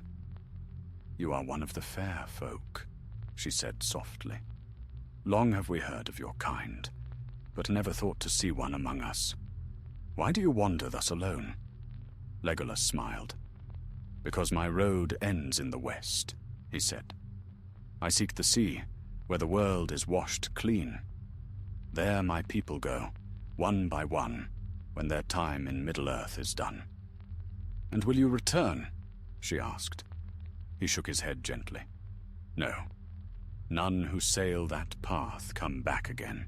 Yet fear not, for though we leave, the memory of the elves will dwell forever in this land, in the light of morning, in the green of every leaf." The elder bowed her head. "Then may your journey be swift and your rest eternal." That night he slept beneath their roof, listening to the wind outside. But when dawn came, he was gone, leaving only a single white feather upon the hearth. a token of peace. The days grew warmer as he neared the southern lands. The Anduin ran broad and gleaming now, reflecting the vast skies above. He crossed fields where wildflowers grew tall, and the scent of salt began to drift faintly in the air. Each breath stirred in him a deeper longing, and with every league the song of the sea grew louder, until it filled his heart like a great wave that would not be denied. At last, one evening, he reached the place where the river widened into a shining expanse. The gulls cried overhead, white against the darkening sky. Beyond the far dunes he could hear the breaking of waves, soft, eternal, beckoning. There upon the shore he found Gimli, son of Glóin, waiting. The dwarf was older now, his beard silvered with age, yet his eyes were keen and full of joy at the sight of his friend. "So you have come at last, Master Elf," Gimli called, his voice booming across the wind. "I had begun to think the forest would never let you go." Legolas laughed, his heart lightened by the sound. "And I had begun to think you had already sailed without me, old friend." "Ha! I told you I would not go without you, and a dwarf's word is as firm as stone," said Gimli. "The ship is ready. I have built her myself, a fair craft, though she lacks your elven grace." Together they walked to the water's edge. There, moored among the reeds, lay a small ship of pale wood, her prow carved in the shape of a swan. The evening light touched her sails, turning them gold. "She will bear us to the havens," said Gimli. "From there, the straight road will carry us beyond the world of men." Legolas stood for a long moment, gazing westward. The wind from the sea brushed his hair, and his heart leapt as though to meet it. "Then it is time," he said. "Middle-earth has grown dim for our kind, yet I shall not forget it." They worked through the night, making ready. When dawn came, the ship slipped quietly from the shore, her sails filling with the morning wind. The gulls followed, crying above them, and the river bore them swiftly to the sea. As they passed beyond sight of land, Legolas stood at the bow, his eyes upon the shining horizon. "Do you hear it, Gimli?" he said softly. "The song beyond the world?" The dwarf smiled, his hand upon the hilt of his axe. "Aye," he said, "it is a fair sound, though I'll miss the echo of hammer on stone." Legolas laughed again, his voice mingling with the wind and the gulls. "Then let it be your forge in the west, my friend, for there, I think, even stone may sing." The sun rose higher, and the ship sailed on, its white sails gleaming against the endless blue. And thus, Legolas Greenleaf, last prince of the woodland realm, passed over the sea with Gimli Elf-friend beside him, and no tale tells ever of their return. Yet in the forests of Middle-earth, when the wind stirs the leaves and the rivers murmur softly, the memory of their friendship still lingers, bright and undying as starlight upon the water. The wind blew fair upon the sea, and the sails of their white ship filled with it as a living thing. Beneath the prow the water shimmered silver blue, and the wake stretched behind them like a trail of stars. The gulls that had followed them from the Anduin wheeled high above, crying their endless song, a sound both mournful and free. For a time, Legolas stood in silence at the bow, his golden hair stirred by the salt breeze, his eyes bright with wonder and sorrow. Never before had he seen the sea unveiled. It was vast beyond all imagining, a living expanse that seemed to breathe with the rhythm of the world itself. He felt its voice in his heart, deep and eternal, and he knew that the call which had haunted his dreams was now fulfilled. The sea had claimed him, and yet in that claiming, it gave him peace. Gimli, standing beside the mast, looked out upon the rolling waters with a mixture of awe and stubborn defiance. "I never thought to see such a sight," he muttered, gripping the railing with his broad hands. "All this water, and not a stone in sight. It feels wrong to trust my weight to something that shifts beneath me." Legolas smiled. "And yet it bears us well, my friend. Have no fear. The sea does not betray those who come to it in friendship." Gimli grunted. "Aye, but I'd rather a good solid floor underfoot. Still, I will not complain. This is a fairer journey than most dwarves have known. And if the tales are true, I shall look upon the Lady of the Golden Wood again. And that is reward enough for any dwarf." At that, Legolas's eyes softened. "You shall, Gimli, son of Glóin. The Valar themselves could not deny one whose heart held such love and loyalty." The dwarf chuckled low in his throat. "Aye, and if they do, I'll have a word with them myself. No gate, no matter how high, can bar a dwarf determined to pass." Legolas laughed, his voice clear as the gull's cry. "Then I am glad you sail beside me. The world will not easily forget such friendship." As the day wore on, the sun shone bright upon the water, turning it to a field of diamonds. They saw no other sails, no land, nothing but the endless blue horizon. The wind carried the scent of far places, of forests and mountains unseen, of shores beyond mortal reach. The rhythm of the waves lulled them, a song without beginning or end. When night came, stars blossomed across the sky, and the world became a mirror of light above and below. The sea glowed faintly beneath them, stirred by unseen fires deep within its heart. Legolas felt as though he sailed upon the edge of the world, where the heavens and the waters met in harmony. He turned to Gimli. "Do you see it? How the stars are mirrored in the deep. It is said that each light upon the water marks a soul that has crossed this way before, all who have left Middle-earth for the west." Gimli peered over the side, his beard stirring in the wind. "Then it is a bright company we join, elf. I hope they're ready for 2 more. Legolas's laughter rang out softly. "Aye, they will welcome us." Days passed, though the measure of time seemed to fade. The sun and moon rose and set, yet the journey felt dreamlike, as if they sailed through the very fabric of song. Neither weariness nor hunger touched them. The sea itself seemed to sustain them. Once, as dawn broke, they saw a shimmer upon the horizon, not of cloud nor land, but something greater, brighter. The air grew still, and a light began to rise from the west, pale as morning mist, yet stronger than the sun. It grew and grew until it filled the sky, and the sea beneath turned white as glass. Gimli shaded his eyes, wonder upon his face. "What is it?" Legolas bowed his head slightly. "The veil of the world. Beyond that light lies Aman, the undying lands. The straight road ends there." The ship moved on, though no wind stirred. The air grew warm, filled with the scent of flowers unseen. A deep peace settled upon them, as if all burdens were lifted from their hearts. "Strange," Gimli murmured, "that I, who was born beneath a mountain, should end my days upon the sea. Yet I feel no fear. Only rest."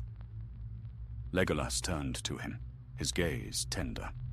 "You have earned your rest 100 times over, old friend.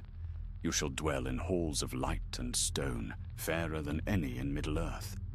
The dwarf smiled faintly.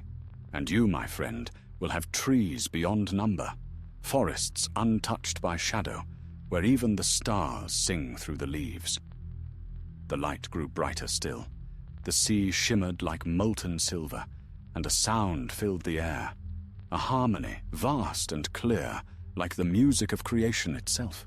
It was as though every note, every voice, every wind and wave joined in a single song. Then, Slowly, land appeared. Not dark like the shores of men, but white and shining, rising from the sea like a vision. Mountains gleamed in the distance, their peaks crowned with gold. Along the coast, green hills rolled beneath trees of silver and gold, and the air shimmered with an unearthly grace. Legolas felt tears upon his cheeks, though he had not known he wept. "Valinor," he whispered. "The blessed realm." Gimli said nothing, but his eyes were wide and bright. Together they stood at the ship's prow, as it glided silently toward the shore. There was no sound of oars or wind, only the music of the world itself, carrying them home. As they neared the coast, figures appeared upon the strand, tall and radiant, clothed in light. Among them, Legolas saw a lady with hair like woven gold and eyes deep as the forest, Galadriel, fairest of the Eldar, smiling as she raised her hand in welcome. Beside her stood others, old and wise, their faces shining with joy. Legolas turned to Gimli. "Behold, my friend, we are awaited." The dwarf's voice trembled, though he spoke with pride. "Aye, and it seems they keep their gates open for even the likes of me." Legolas smiled, laying a hand upon his shoulder. "There are no gates in the west that will not open for a heart such as yours." The ship touched the sand with the gentleness of a sigh. The air was warm and fragrant, and all sound of sorrow was gone. Together, elf and dwarf stepped ashore. For a moment they stood side by side, gazing upon the undying lands, the mountains that glimmered like jewels, the fields bright with eternal bloom. Then Legolas spoke, his voice soft as the wind through leaves.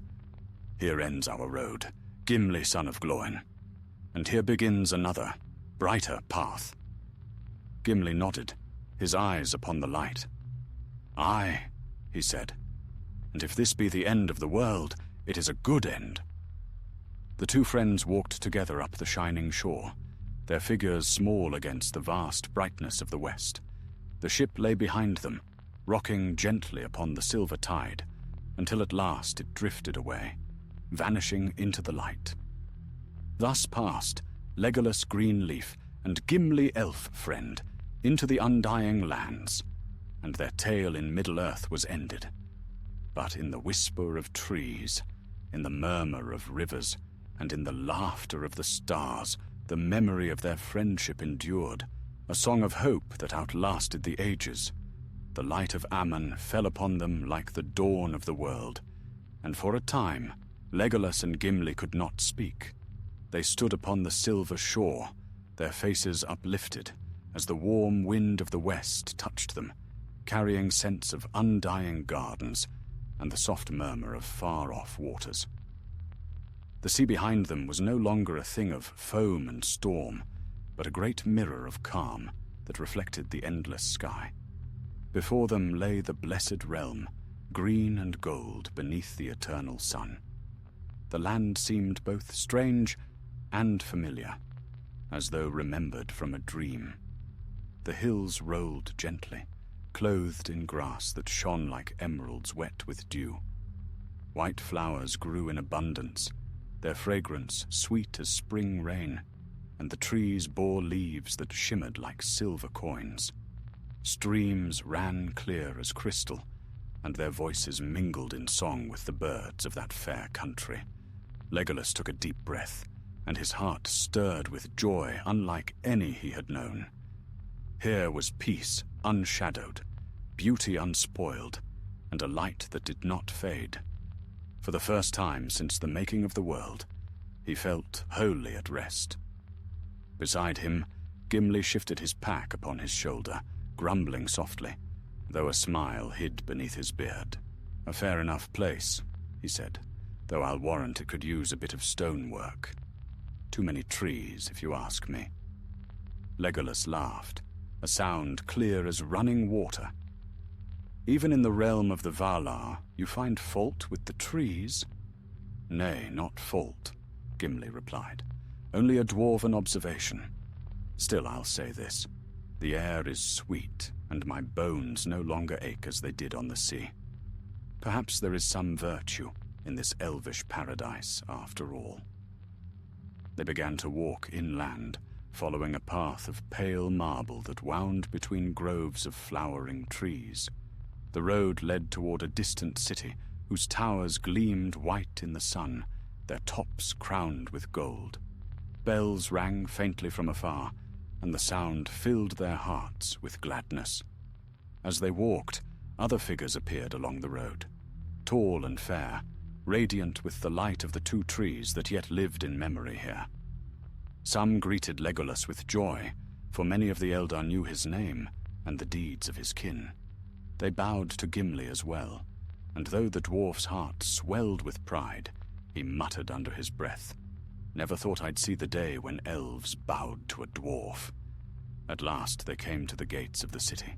There, upon the steps of a great hall, stood Galadriel, her hair shining like the mingling of moonlight and sunlight, her eyes deep as the forest she had once ruled.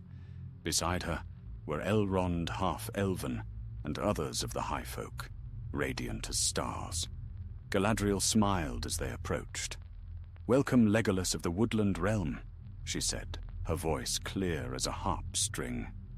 "Long have I awaited the coming of one whose heart was torn between forest and sea. You have crossed the last shadow, and now you dwell in light unending." Legolas bowed low before her. "Lady of Light," he said, "your words were once the beacon that guided me through the dark places of Middle-earth. Without them, I might never have found the courage to follow this road." Then Galadriel turned to Gimli, her smile softening. "And welcome to you, Gimli, son of Glóin. Few of your kind have set foot upon these shores, but none are less worthy. You are beloved for your loyalty and your heart of stone, which, I deem, is as precious as mithril and far more rare." Gimli's eyes glistened as he bowed low. "My lady," he said, "I came only to gaze once more upon your beauty, for no gem in the deeps could compare to it. Now that I have, I can die content, though I hope the Valor will forgive me if I linger a while." Galadriel's laughter was soft as wind in the trees. "There is no death here, Gimli, elf friend. You shall have all the time you wish, to wander, to craft, or simply to rest." So they were led into the city, and all who saw them marveled. Songs were sung of their coming, songs of the unlikely bond between elf and dwarf, a friendship that defied the bitterness of ages. In the great hall they were given food and drink, and never had Gimli tasted such ale, nor seen such craftsmanship in stone. The pillars were carven with the likeness of leaves and flowers, and gems glowed in the walls as though lit from within. He ran his hands across them and murmured in wonder, "By Durin's beard, I have found my paradise." In the days that followed, they were shown the gardens and halls of Valinor. Legolas walked often beneath the silver and golden trees of Eldamar, whose light never dimmed. He would listen to the songs of the birds and the laughter of the waters, and his heart was full. Yet often he would turn his gaze eastward, toward the distant horizon, where Middle-earth lay hidden beyond the curve of the world. One evening, Galadriel found him there, standing upon a high terrace as the stars blossomed in the sky. "You miss your homeland," she said gently. Legolas nodded. "It is strange. I thought my heart would be free once I crossed the sea. Yet part of me still listens for the whisper of the trees of greenwood, for the laughter of my father's halls. Even here, their memory lives. That is as it should be," she said, "for love cannot be unmade, even by the sea.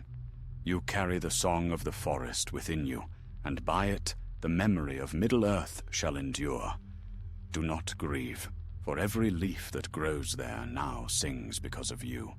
Legolas bowed his head. "Then I am content." As for Gimli, he found joy in new labors. The Valar, hearing of his skill, permitted him to aid the smiths of Aule in their forges. There he worked beside spirits of flame and light, crafting wonders beyond mortal imagination, tools that gleamed like captured starlight, and ornaments that sang with a voice of their own. And though the elves marveled at his gruff ways, they loved him for his cheer and steadfast heart. Years passed, though years held no meaning in that timeless land, and the friendship of Legolas and Gimli endured. Often they would walk together beside the sea, speaking softly of the world they had left behind. Gimli would tell tales of the glittering caves, and Legolas would answer with songs of the trees of Mirkwood. Their laughter mingled with the sound of the waves, and those who heard it said it was like the mingling of stone and leaf, of mountain and forest, united in harmony. Thus it came to pass that their names were spoken together in Valinor, and even among the Ainur, their friendship was accounted a marvel. For in their bond was reflected the healing of old wounds, the union of earth and sky, of craft and song, of stubborn strength and gentle grace. And so they dwelt in peace until the world's changing, when all memory of the elder days passed into legend. Yet in the quiet places of Aman, beneath the trees that never fade, it is said that an elf and a dwarf still walk side by side, the last echo of Middle-earth, unbroken by time, and the final proof that friendship, once kindled, is as enduring as the stars themselves. Long ages passed, though time in Aman did not flow as it did in the mortal lands. The days were woven of light and song, unmeasured and unending. The sun never burned too hot, nor the stars ever faded. The wind that blew over the white shores was gentle and filled with the scent of flowers that never wilted. Peace lay deep upon the land, like soft gold upon water, and all who dwelt there felt its blessing. Legolas Greenleaf walked often among the gardens of Lorien of Valinor, that fair region tended by Irmo and Esther, where dreams found rest and wounds unhealed in Middle-earth were made whole. The grass there shone like silk, and the air was full of quiet voices, the murmur of spirits singing without words. Many of the Eldar had come to dwell there after their long labors in the outer world, and among them were those whom Legolas had only known by song or tale. Finrod Felagund, radiant as morning, Idril Celebrindel, whose eyes held the memory of the hidden city of Gondolin, and others whose names had been ancient even in his father's time. They greeted him kindly, though he was of a later age, and his deeds seemed small beside theirs. Yet the Eldar of Valinor honored courage wherever it was found, and in Legolas they saw the quiet strength of the wood elves, the unyielding grace of those who had kept beauty alive beneath shadow for long centuries. He spoke seldom of his own deeds, but many came to hear him tell of the War of the Ring, of the Fellowship, and their road through shadow and fire. When he spoke of Frodo, the Ring-bearer, and of the small folk who had saved all the world, even the high lords of the West bowed their heads in reverence. For though the hobbits never came to the Undying Lands, their names were treasured there, carried in the hearts of those who had known them. Yet for all the beauty that surrounded him, Legolas often felt the pull of the sea. At times, when the evening mists rolled across the white beaches, he would walk alone upon the shore, his eyes far upon the horizon. The sound of the waves was the heartbeat of the world, vast, eternal, and filled with longing. Though he was content, he knew he could never forget the lands that lay beyond that distant veil. One twilight, as the stars awakened, and the water turned to silver beneath their light, he heard slow footsteps behind him. Turning, he saw Gimli coming along the sand, his beard streaked with white, yet his stride still steady and strong. "Well, my friend," said the dwarf, "you've worn a path here that would shame the greatest miners of Erebor. Do you ever tire of staring at the sea?" Legolas smiled, the starlight glimmering in his hair. "No, Gimli. Each wave brings a memory. Some are sweet, others sorrowful, yet all are dear. I think perhaps the sea holds the songs of every land it touches." "Aye," Gimli replied, sitting heavily upon a smooth stone. "And if that's true, then somewhere beneath those waves lies the echo of hammer and anvil, and that's enough to comfort me." They sat together in silence for a while, listening to the rhythm of the tide. The stars were bright above, reflected in the calm water, like scattered gems. "Do you ever wonder what has become of them all?" Gimli asked at last. "The others, Aragorn, the hobbits, your father's folk?" Legolas's gaze grew distant. "I do. Yet I think their spirits are at peace. The world of men has risen high, and the shadow that once lay upon it is gone. The greenwood endures, though we are gone from it, and the memory of our deeds lingers in the songs of men. That is enough." Gimli grunted softly. "I hope so. I never much cared for songs, unless they were sung over a good mug of ale. But I'd like to think that somewhere a dwarf or two still tells of the deeds of Gimli, son of Glóin." Legolas laughed quietly. "I have no doubt they do. You are not easily forgotten, my friend." The dwarf chuckled. "Nor are you, elf. Still, we've had our fill of fame. Here, there's no need for it. And indeed, in the blessed realm there was no pride, nor envy, no hunger for renown. Each heart was satisfied in its labor and its rest." Gimli had found a place among the forges of Ole, where he worked beside the greatest smiths of the Valar's host. His halls were lined with wonders of silver and crystal, and even the Eldar would come to marvel at his craft. Legolas, for his part, tended the gardens and woods near the shores, planting trees brought from Middle-earth, saplings of beech and oak, of malorn and birch. Under his care they flourished, growing tall and strong, so that even the elves of Tirion would come to walk among them, finding in their leaves a memory of lands long vanished. At times, when the winds were right, their music would drift across the plains like a distant song, the voice of Middle-earth, still alive in the heart of Aemon. Years passed beyond counting. The light of the trees, though long dimmed in the outer world, seemed to burn anew in that realm, and those who had dwelt there since the dawn of time spoke of a joy that deepened with every age. Yet at last, even in that undying land, the time of the two companions drew toward its close. One morning, when the air was clear and the sea shone like molten glass, Gimli sent word for Legolas to come to him. The elf found the dwarf seated upon a low stone bench beside his forge, a faint smile beneath his silvered beard. "Well, my friend," said Gimli softly, "it seems my hammer grows too heavy, and my hands too weary. I think I shall rest a while."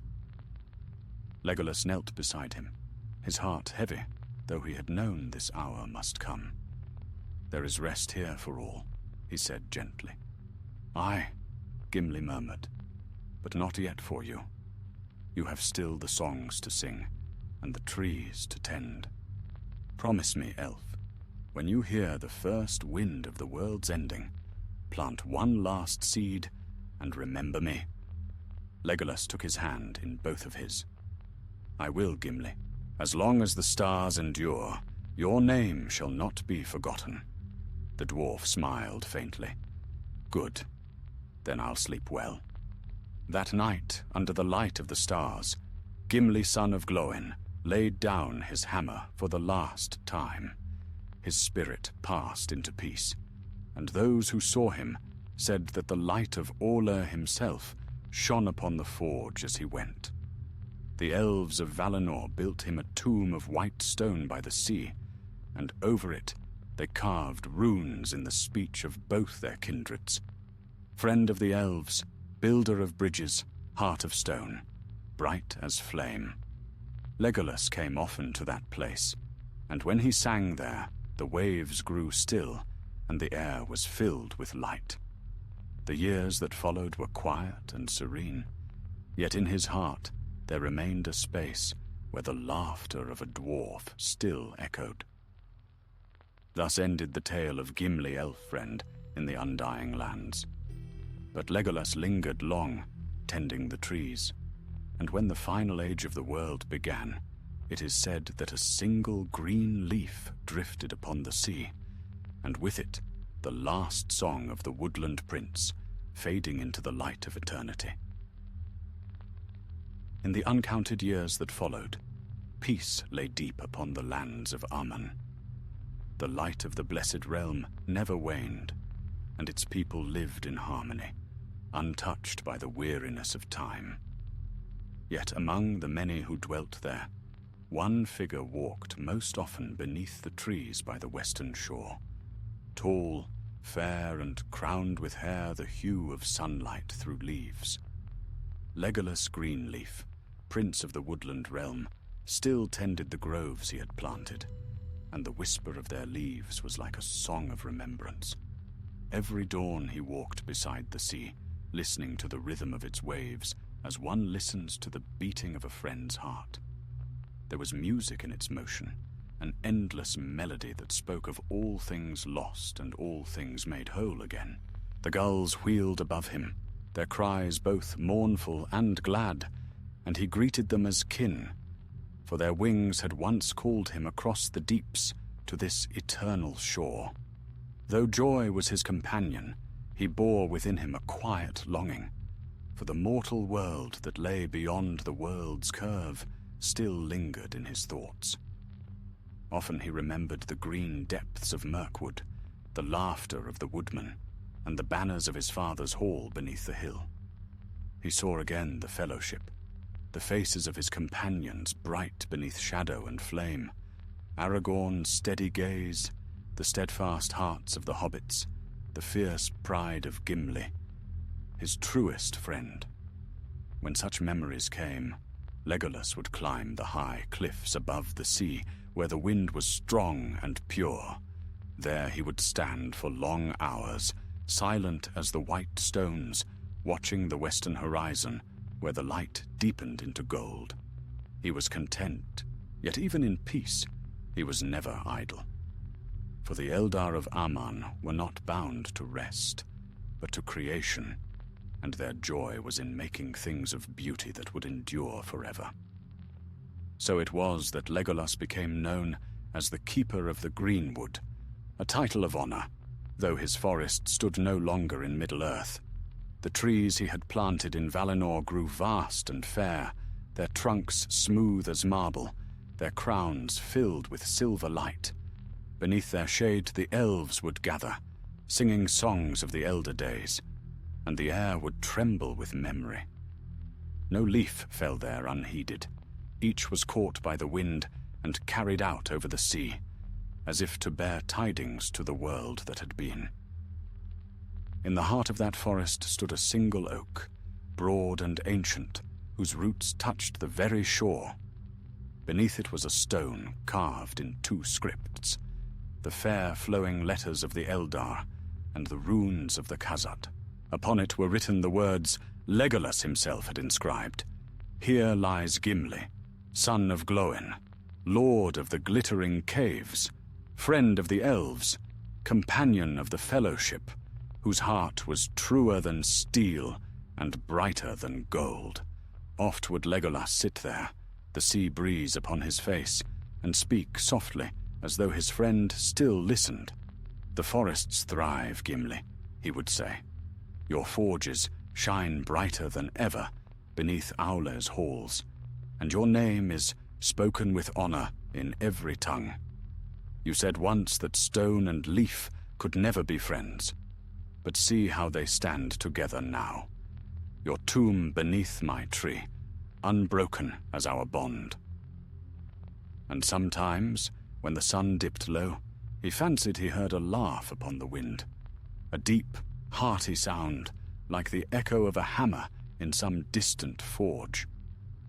Then he would smile and close his eyes, knowing that the world was whole again. As the ages turned, Legolas came to be loved by all who knew him. The Vanyar called him Legolasian, singer of the green, for his voice carried the tone of living leaves.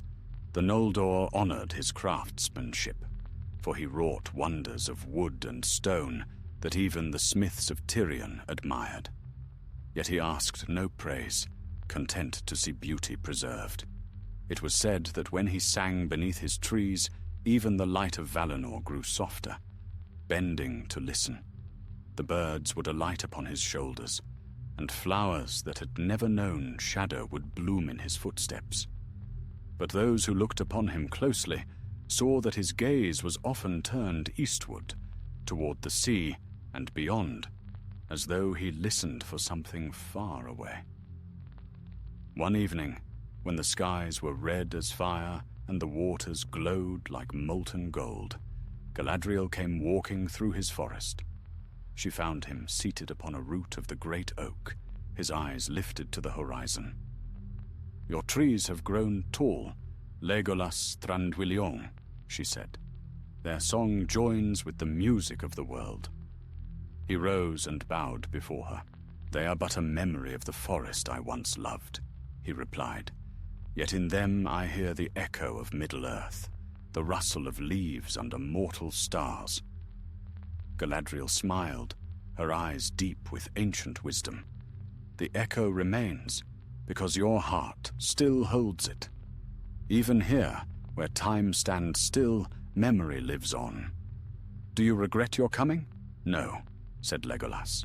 "Here I have found peace, and all that was broken has been made whole.